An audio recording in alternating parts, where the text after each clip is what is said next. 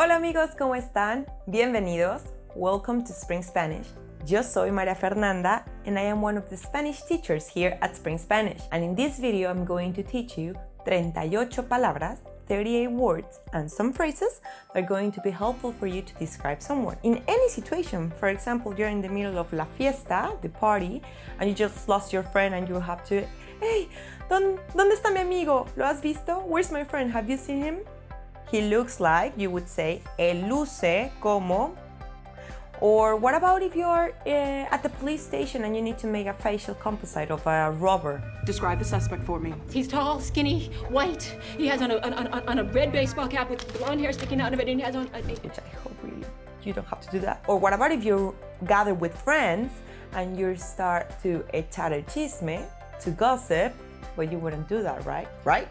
Anyway, in any of those situations, after watching this video, you will know the essential phrases and words that you will use to describe someone. ¿Estás listo?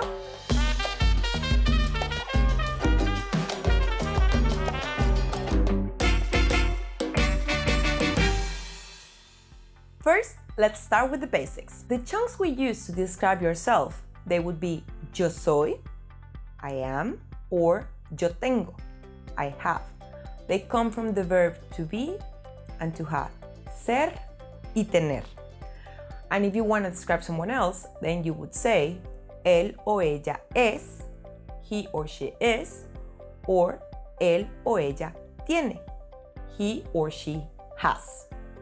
Let's start with my personal description. Yo soy una mujer alta. I am a tall woman. Yo tengo cabello castaño. I have light brown hair. Yo tengo ojos cafés. I have brown eyes. Yo soy joven. I am young. Y yo tengo piel morena. And I have brown skin. As you can see, if you want to refer to someone's physical description, you could start with estatura, with their height. In Spanish, we say alto or alta for a tall man or a tall woman, or bajo or baja for a short man or a short woman. My personal favorite is when we say chaparrito or chaparrita. This is a really short man or a really short woman. And we only use this one as a nickname. So make sure you say this to someone that you care. Because if you say chaparro or chaparra, could be a bit rude. So watch out with that. What about when we refer to tamaño, the size? This usually is related to el cuerpo, the body.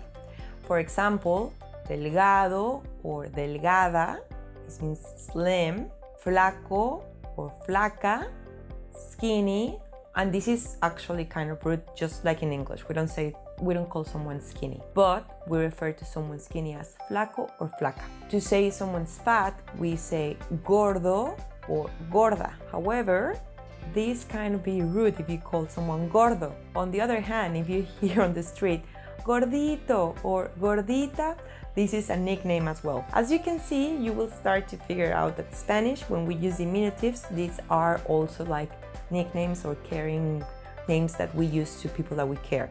Grande, big. This is more a polite way of calling someone that is bigger. And pequeño or pequeña, small. It is helpful for you to learn the body parts for this matter because, as I said, tamaño refers to el cuerpo, the body. And we have so many adjectives for different parts of our body. If you don't know the body parts yet, just go and check out the video I have made for you so you can know the parts first and then the adjectives that come along. For example, el cabello, the hair, could have so many ways. So in length, it could be corto, short, or largo, long. In color, it could have different colors, such as castaño, light brown, negro, black, rubio, blonde, pelirrojo, ginger. Or what about the way the hair is? For example, it could be lacio, straight, or rizado, curly, ondulado, wavy, and finally, the way the hair is done. In my example here, I have a loose hair. So we say el cabello suelto. And if it's tied, we say el cabello recogido. Same thing goes for the facial hair, en la cara, in the face. For example, un bigote, a mustache, una barba, a beard.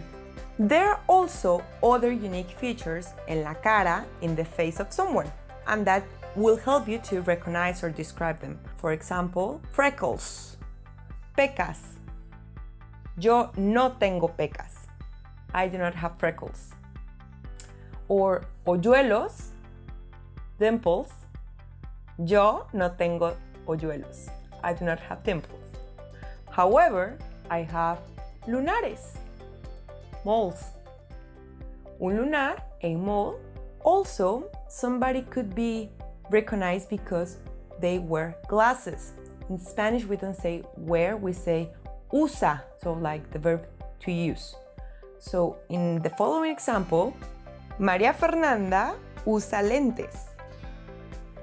María Fernanda wears glasses. And yeah, I do wear glasses. Those are actually mine. And finally, what about talking about apariencia, appearance?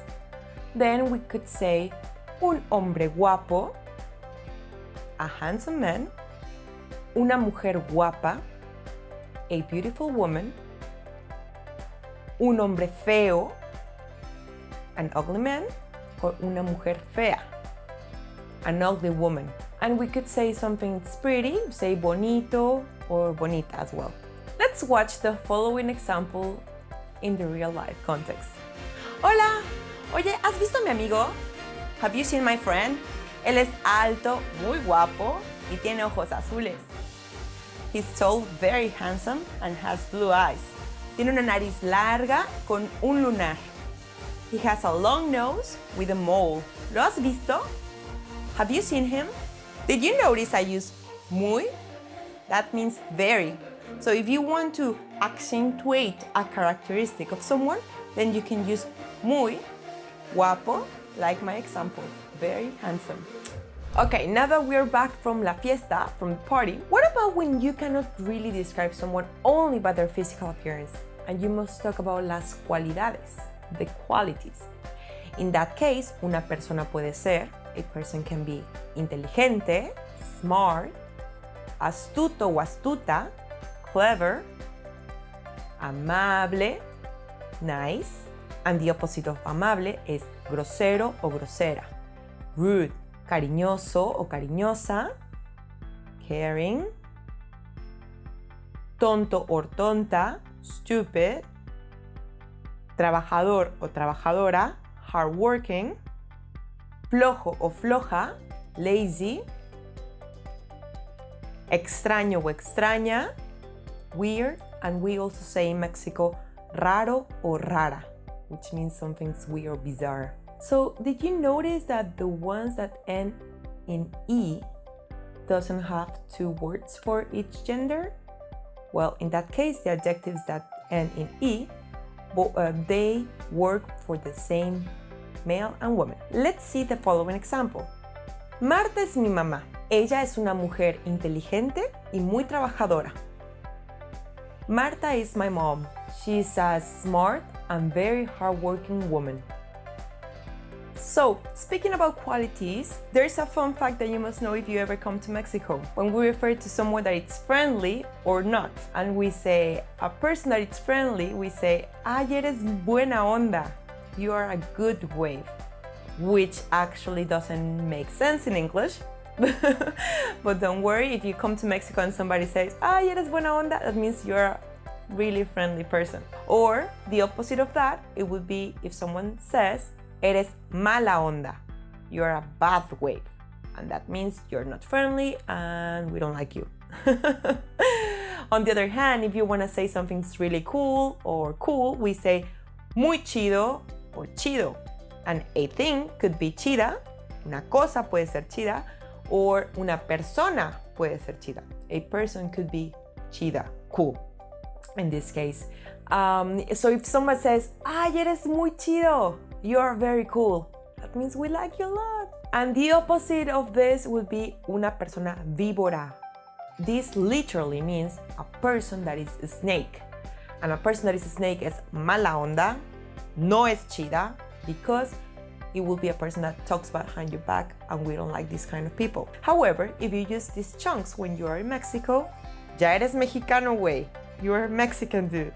Okay guys, we're almost done with the lesson today, but I need to teach you how to ask in case you want that someone describes somebody else for you. In that case, you would say the following two chunks. One is como luce, how it looks like, and the other one is como es, and then you have to add the noun you're referring to. How is something?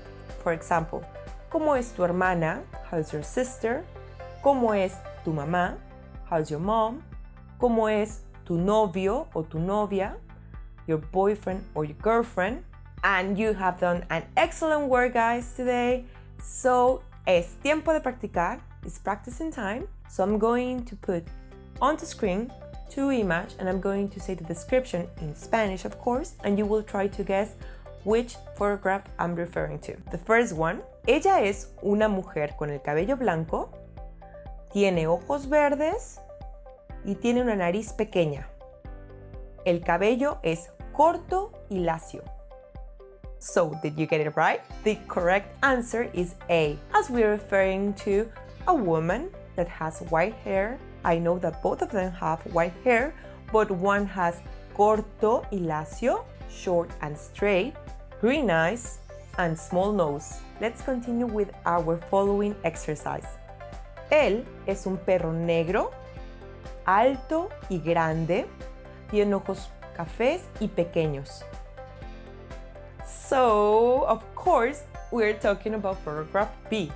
As we are talking about a black dog, which obviously both of them are black, but in this case, he's tall and big and has small brown eyes, which compared to the other one, of course, he doesn't.